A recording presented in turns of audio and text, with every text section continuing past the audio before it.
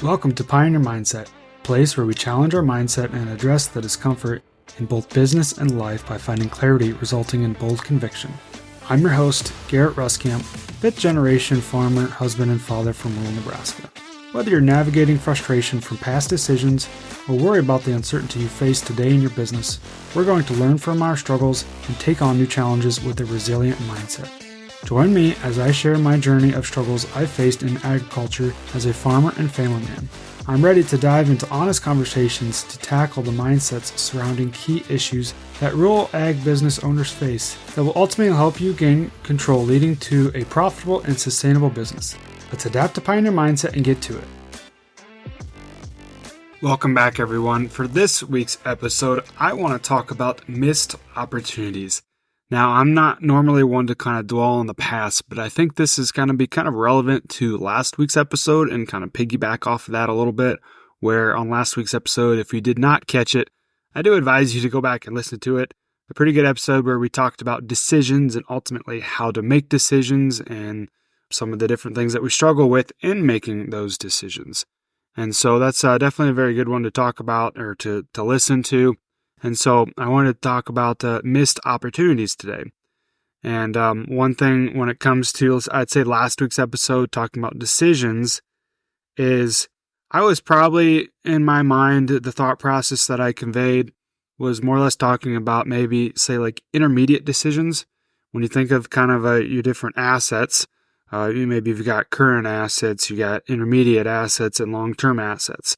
So there's obviously decisions with each one of those. And so I was probably talking kind of in the realm of intermediate decisions that definitely weigh us down.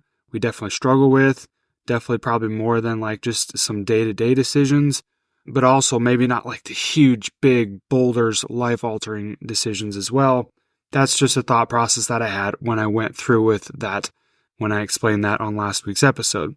And I say that because today when I'm talking about missed opportunities, is obviously there was decisions a long time ago when we look at the past, just trying to think back to maybe some different mistakes. I'm not, like I said, I'm not one to dwell on those, but I think it's important to look back and see, what were some of those potential missed opportunities, because I feel like we can always go back and look to say, wow, I wish I would have done that, or, coulda, shoulda, woulda.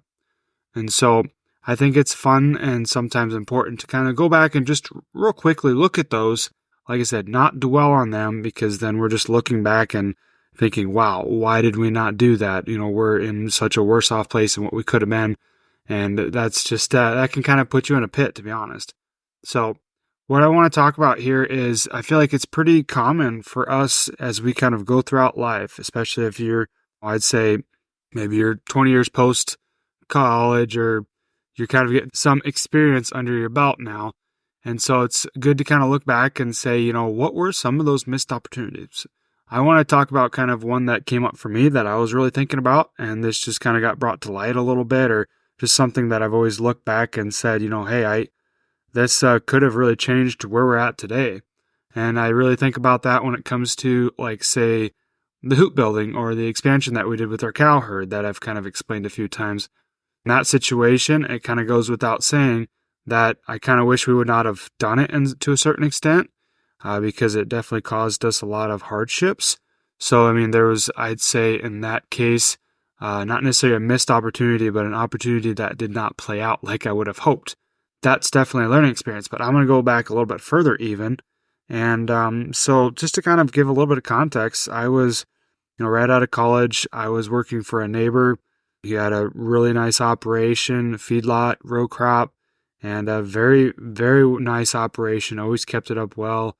It seemed like from the outside looking in, it always seemed like it was pretty profitable. And I enjoyed working there. I really did. And so this guy, like I said, it was a neighbor, real close. And this guy, he has 2 daughters. And it kind of seems like ultimately they don't necessarily look like they're going to be coming back to the operation. Not that they aren't involved, it just doesn't necessarily look like they're going to be coming back. And so this particular operation seems like they're kind of in the process of doing some sort of succession planning right now and trying to figure out who's going to take over this operation. And so that was about 8 years ago when I worked there. And so I just looking back and saying, wow, man, if I'd have just stuck that out, there's a pretty good chance I could have been taking over this operation right now. And I got along good with him, and it was a good relationship. I actually still help him to this day. And so I feel like there would have been an opportunity there for me to potentially get into a nice sizable operation that seemed pretty profitable. But when it comes to these decisions, I feel like we can all look back to some degree and say, when we were younger, when we maybe left the farm, left the family operation, got away from the nest, so to speak, there's different opportunities that pop up. And it'd be pretty easy for us to seize those, or at least see them out, if we would stay devoted to them, and essentially not run back to, say, the family operation. And so for me, one thing that I did, just to be honest, one thing I did struggle with is I grew up and I was always working for my dad, working with my uncle, and they were always very good to work with, and I never felt like I had a boss, so to speak. And so I actually, to a certain degree, struggled working for somebody else. And that was sometimes a good thing because it pushed me to do my own thing. But sometimes it was kind of a detriment because I was never wanting to necessarily be uncomfortable and work for somebody else. That was probably the one thing that I didn't necessarily care for when I worked for this neighbor here. And so that was probably one thing that drew me back towards the farm. And so I was always wanting to kind of go back to the farm as much as I could. I felt like I had more freedom there. I was in charge more, and all those good feelings that are comfortable for me. And so that's why I always wanted to go back to the farm. And really, that was kind of about the time frame where we had decided to build our hoop building, to expand that. And I think really what the end goal there for my dad and for me was to get me back to the operation. And so that was something that we did so I could come back. And really, that's how it played out. Is once we built the hoop building, we expanded our cow herd, we had enough labor, our workforce. I needed to go back and kind of help with that, to kind of take care of everything on the home front. And rather than doing it the right way, making sure you've got a sustainable, basically revenue or income stream long term. Obviously, you kind of know the rest of that story where it didn't necessarily plan out. But not dwelling on that, what I'm getting at here when I want to talk about this is the missed opportunities of, we always just tend to run back to the family farm. And I've heard this before, whereas, if Dad said, if you come back and you farm, this will be yours someday, and then 20 years later, nothing has changed. You're still working for him. You don't own very much. And just looking at him trying to figure out his retirement plan at age like 70, just nothing has changed. And you've pretty much devoted half of your life or maybe your entire life to something that, you're not sure how's going to actually plan out.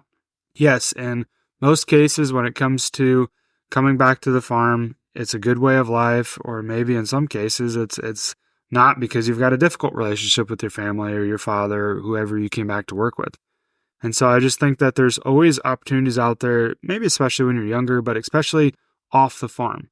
That's kind of what I'm talking about here. And I don't want to be one that preaches about leaving the farm too much, but I think there's just opportunities out there for us as to grow in entrepreneurship or to grow in a business that can be sometimes off of the farm or maybe a side of the farm that there's very good potential in. And just this last week, I was actually having a good conversation with a buddy of mine, and he was talking about, his uncle's getting ready to retire, and he's got all this land that he could purchase and take over and rent, and he's telling me everything else that he's doing, and it's just him and his dad, and he's stretched pretty thin. He's got a wife and 2 kids at home, and just trying to figure out what to do.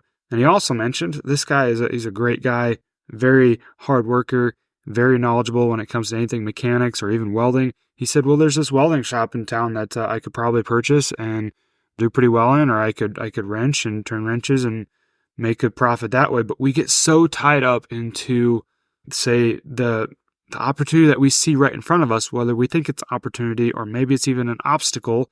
In this case, I think a lot of times we see obstacles as opportunities when it comes to the form of farming.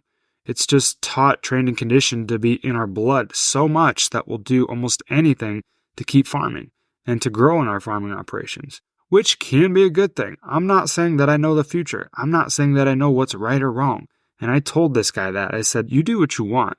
Have conviction in whatever that decision is. but realize that there is definitely an opportunity in front of your face, whether it's the land, whether it's a welding shop, or whether it's maybe a repair shop. There's definitely opportunities there, but we tend to get blinded because we want to come back to the family operation. And how many times have you heard that story before? And maybe this is your case. Maybe you're sitting here saying, yeah, that's me. I came back 10 years ago and here I am in the process of 2024 looking at grain prices and where they're at. And then I see this business down the road that I could have purchased 5-10 years ago, and they're just flourishing. They're doing great. Money's rolling in. And we just feel like this happens all the time. And the reason that I bring this up is just so we can learn from this, and we can not dwell on it, but learn from what are the opportunities that are out there, because like I said, it's easy to look back in the past, but I can guarantee you, as we continue to live our life, there's going to be these opportunities that come up along the way. They just may not look like opportunities. They may look like obstacles. They may look like something that's foreign to us. They're not very clear. And so that's what I wanted to kind of dive into is what are the reasons why we don't go through with these opportunities? Well, I just mentioned, maybe they're not very clear. It's not clearly defined. I could say even back 8 years ago when I was working at that operation, yes, there was maybe a potential there to take that thing over, but you just never knew. You just never knew for sure. There was probably the fear of the unknown, or at the time it just doesn't look like an opportunity. It might look like something else, and it's just not very clear. So I think that's a couple reasons there why we don't always go through with those. But also, I'd say it's sometimes the security or the safety. I feel like it was kind of probably the case for me, is I felt security and being a part of my own family's operation, even though sometimes that's the opposite, because I might have been turning down maybe a salary that was higher elsewhere. But it was maybe the security or the freedom or the comfort, ultimately the comfort of, what we're used to. And so it's hard for us to step outside of that comfort zone, because I've heard this before, and I think this is a really good phrase, is there is a lot of growth that happens outside of the comfort zone. And so I feel like that's one of those reasons that we tend to not go through with those opportunities. And I'd say in some of those situations, one thing that I think about as well is our brain tends to always try to protect us from, say, the fear of the unknown, of the fear of something happening to us. So we always tend to run back to our comfort zone. And we tend to try to find security or safety in maybe our current situation versus going through with something new. And I'd say in a lot of times in those cases, it's also the pain of your current situation has to outweigh the pain of, say, change in order to go through with those things. I've heard that a few times as well. Whereas, unless the pain of your current situation is going to outweigh the pain of change, nothing is going to change, nothing's going to happen, and you're going to stay exactly where you're at, where you're going to run back to the family farm because somebody promised you something. I keep hitting on that because I've heard that so many times. And so I think that's very relevant. And so the other thing there is, as I kind of round that out a little bit, is the outside influence. We've got maybe family, to go back to a family farming operation or just even a family business in general. We've got maybe a father that's getting up into his 50s or his 60s to where he's looking at wanting to slow down. And so he obviously wants to pass this thing on or keep the family business going. So to a certain extent, I'd say they're not going to trick you to coming back, but they're going to want you to come back. And that's not a bad thing. I'm not saying that is a bad thing. But in some situations, I'd say that maybe to your situation, maybe that wasn't the right thing to do. Maybe that was the missed opportunity by going back. Or maybe that was just didn't play out like it could have because everybody wants us to go back. And I look at different operations. I even look at our farming operation. I look at many family farming operations. And that's usually the case where you had a father that was farming and he had a son or maybe two sons and you wanted them to both come back. I think it's great to keep this family legacy and family farming operation going on. I look at, for instance, got Ruscamp Farms, which was essentially my dad and my uncle and my grandpa.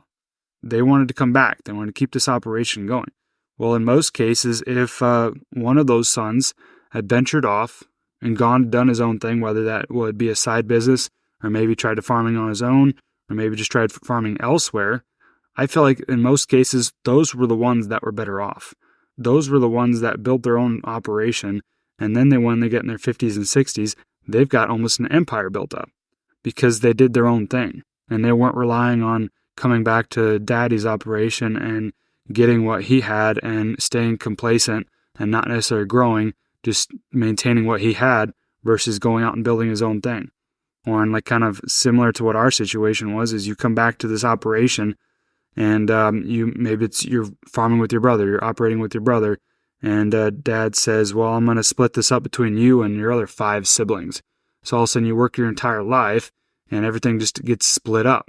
Versus if you just gone and done something on your own, then you build it and then you can figure out how you want to split it up to your kids. You're the one in control. Sorry, I'm kind of ranting here a little bit, but this is something that I think most people don't take enough time to think about. Honestly, I think it comes down to just being comfortable, and we just are not willing to step outside the comfort zone. And so as I kind of start to wrap this up a little bit, what can we learn from this? Because that's really why I want to bring this up, is what can we learn from maybe some different missed opportunities that we saw in the past, that if we look back, we can realize there was definitely things we could have done different. Now, we can't change that. Don't dwell on it. But here's what we can learn from it.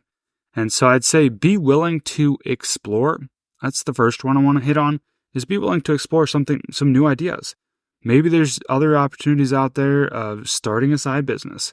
Now, I'm not saying completely give up everything that you're doing, but maybe there is an opportunity if you are good with something, like for my friend example, if he's good at welding, there's an opportunity there. Be willing to explore those different revenue streams. There's different avenues out there. There's tons of different ways to make money. Be willing to explore that. Be willing to explore different ideas versus just staying where you're comfortable. And that's the next one there, is be willing to step into the uncomfortable. And I think that's something that we all struggle with in some form or fashion or another. Like I mentioned before, I think our brain is basically conditioned to tell us, oh, I don't know, that looks uncomfortable. There's danger there. We need to stay away from that. There could be harm to us, could be harm to you. So we tend to stay away from that. And so we tend to focus on the comfortable, which is usually our current situation. Usually in the current situation, when those opportunities do come up, yes, it's comfortable to stay doing what you're doing. But I can tell you what, when you look back 10 years from now and you're going to say, wow, I wish I would have done that. Now who's uncomfortable? Now who's the one uncomfortable? And you're sitting there and things did not play out like we wanted to. And you're kind of sitting in uncomfortable because you were not willing to step in to the uncomfortable at the time. So I hope that kind of makes sense. But that's something that I cannot drive home enough, is we need to be willing to step into the uncomfortable. Now, when it comes to the different things, maybe you find something that's out there. Maybe you find something that you can do or you want to pursue. I'd say pursue it with purpose. Pursue it with purpose. Be intentional. Don't do it half-assed. Get after it and go. And we can never know, to piggyback off of last week's episode where we talk about decisions, we can never know for sure if what we're doing is going to honestly work out. We can never know that. There's nothing is for certain in this life. But you need to do everything that you can do with conviction. You need to own the decision. If you weigh out the pros and cons, you go through, try to figure out what you're going to exactly do, what's going to be right for you, what's going to be right for your family, maybe long term, not just in the short term. You figure out exactly what you want to do, go through with it. Pursue it with purpose, burn the boats, so to speak, so that way you got no reason to go back to what you were doing, so that way you can go all in. Because if you go all in on something, the odds are you're going to have some form of success with that. And so I think that's important there, is because we might see opportunities that come up and we do decide to somewhat step into the uncomfortable, but we don't go all in. We still keep that security that we can maybe run back to in case this doesn't work out. And ultimately, in the back of our minds, we have that security, so we don't go all in. And all of a sudden, we find ourselves questioning when it gets hard, because it will get hard in anything that we do. When it gets hard, are we doing the right thing? And then you've got that security in your mind, or that somewhat insecurity, I suppose, that you can always run back. And so you end up doing that if it doesn't work out. When in all reality, if you to just burn the boats to where you have no reason to go back, maybe you moved somewhere else, or you just completely stopped doing what you're doing and you went all in, you're generally going to find some form of success with that. Or at the very least, you're going to learn from it. Maybe I'm just blowing smoke here, but I think there's a lot of merit to this, and I think there's a lot of people that can look back and say, I saw that as a missed opportunity. and I could have, should have, would have done something different. And like I said, do not dwell on this. I think it's important that we can learn from this.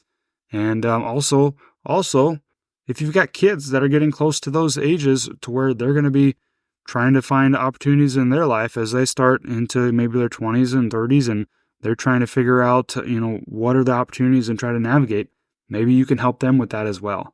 Maybe you looking back and you can say, well, I missed this opportunity, but maybe my kids can grab that opportunity and seize it. I hope this makes sense with you. I hope there were some of these things that hit home, and I really hope that you can look back and say, yes, that was a missed opportunity, but we're going to learn from it. And maybe in your current situation, there's opportunities right in front of your face, and maybe they look like obstacles, but usually there are opportunities within the obstacles. I will catch you on the next one. Thanks for tagging along with me today as we sharpened our mindsets. If you've gained insight from today's episode, be sure to take a screenshot to share or send this episode to somebody who might also find value in it. For more, follow me on Instagram @GarrettRuskamp or on Facebook, and join me next time for more conviction through clarity.